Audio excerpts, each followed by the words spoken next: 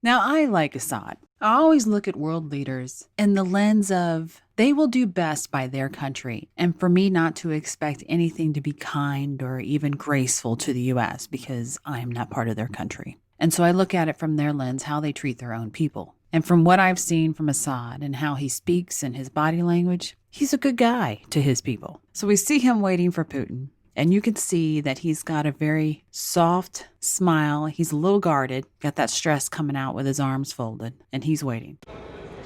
And then he gets real cheesy. His buddies come to see him. And his buddy's just as happy to see him as he is. Putin had a genuine smile on his face, ran up the stairs to see him. They embrace warmth, true friendship. Now you can speculate on why the relationship is that way. My husband, and I think he speculates correctly, that Syria was Putin's red line. And I believe Syria is very, very happy that Putin stood behind that red line. He's still cheesing. Putin is just happy. It's a very relaxed atmosphere. Generals are more solemn.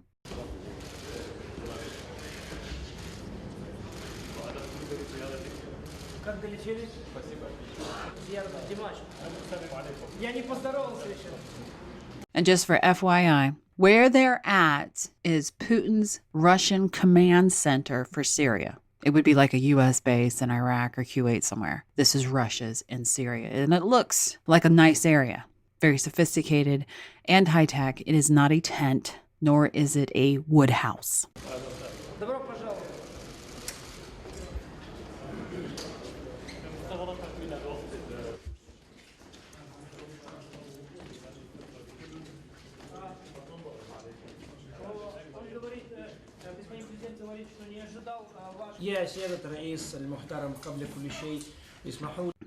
You see in Assad now, it's got a very relaxed face. It still has the smile there. It's becoming just pretty much plastered on his face. Eventually, it'll just be stressed because then the mind starts to sit there and think, I've been smiling the whole time and my face hurts. Putin is much more guarded with his emotions. I think he's much more capable of controlling himself. Even if he's just wholly excited about something, he has the ability to control his emotion.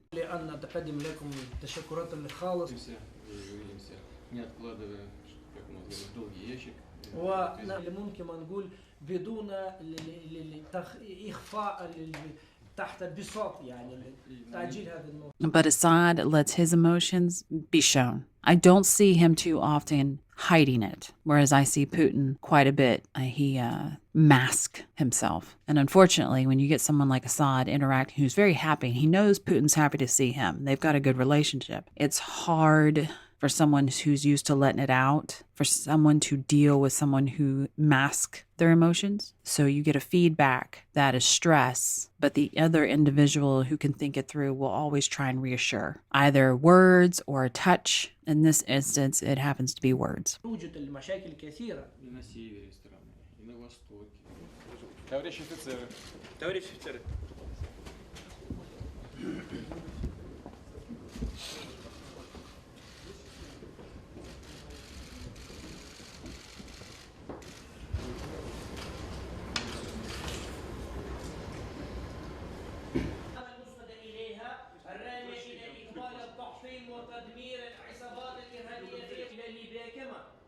По нашим оценкам, с территории подать электричество мирному населению на востоке за Ефратием, в которых медицинская помощь оказана более чем 10 тысячам человек.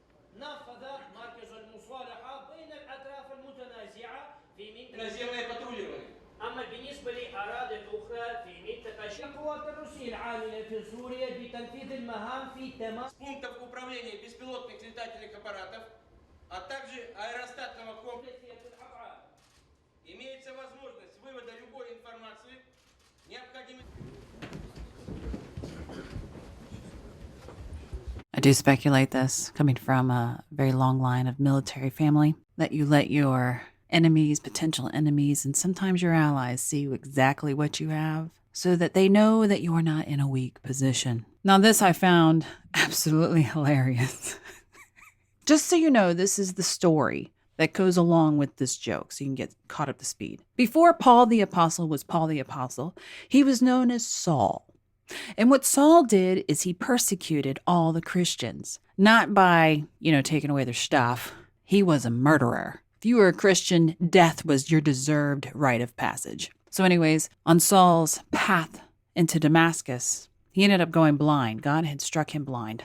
And him and his wrong thinking at that time, he goes into Damascus. The apostles of Jesus find him, and they heal him of his blindness. And thenceforth, Saul became Paul the Apostle, who turned away from his evil ways of killing people randomly for wrong think and became a Christian. Now let's go down with the joke. Если Трамп по этой дороге приедет, то вас не станет нормально. Справится. Без Иран, да. Конечно. Пригласите его. Да, уходи. Я готов. Я ему передам. So the interpreter, he's really excited. And it's really nice because, let's put it this way. He's enjoying something that technically he wouldn't have any rights to socially to be in the middle of. And it's this joke. So he gets to help move this joke along, which is quite funny because even he's finding it hilarious. Obviously, I don't know what you call this guy, but I'm just going to call him Pastor. The pastor is finding it much enjoyable as well.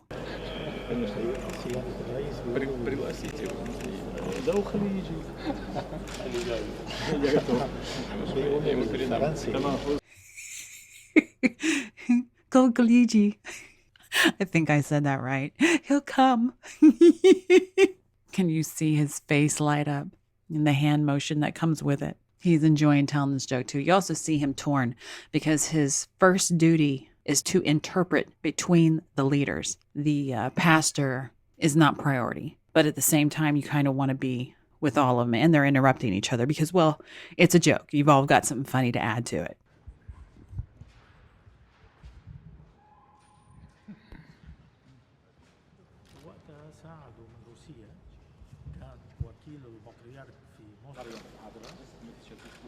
He's also a really good indicator of people who are using their ears more than they're using any other sense. Normal human conversation, you use your eyes a lot. I mean, your ears are there, but your eyes are still dominant even in a conversation. That is all verbal because you're looking for those body language cues. Whereas the interpreter is trying to translate language. Body language is secondary to his interpretation. The most important part is translating from one language to the other. So you see him with his movement, his head's out, and he's actually cocking his head so that his ears catch words much easier. If you'd like to learn more about analysing body language, there is a video course available on Mandy's website for Gold subscribers, where Mandy teaches more about her techniques of deception detection. There's also other content such as the Crime series and Interesting Minds series available to both Gold and Silver subscribers. If you like it, please share and subscribe. Thanks for watching.